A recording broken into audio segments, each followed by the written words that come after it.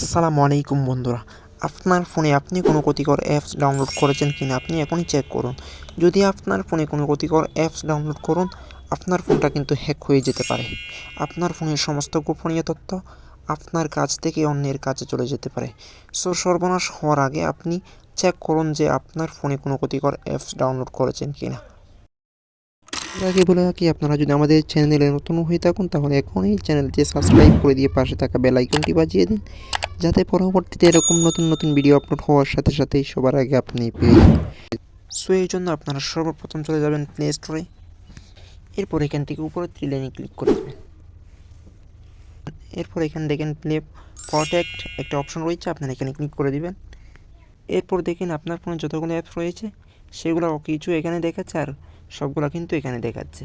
So আপনার ফোনে কোনো ক্ষতিকর অ্যাপস রয়েছে কিনা সেটা বোঝার জন্য আপনারা এখানে স্ক্যান রয়েছে, আপনারা এখানে একটা ক্লিক করে দেবেন। ক্লিক করে দেওয়ার পর আপনার ফোনে যতগুলো অ্যাপস রয়েছে সবগুলো কিন্তু স্ক্যান হবে। স্ক্যান হওয়ার পর আপনি জানতে পারবেন যে আপনার ফোনে কোনো ক্ষতিকর অ্যাপস রয়েছে কিনা।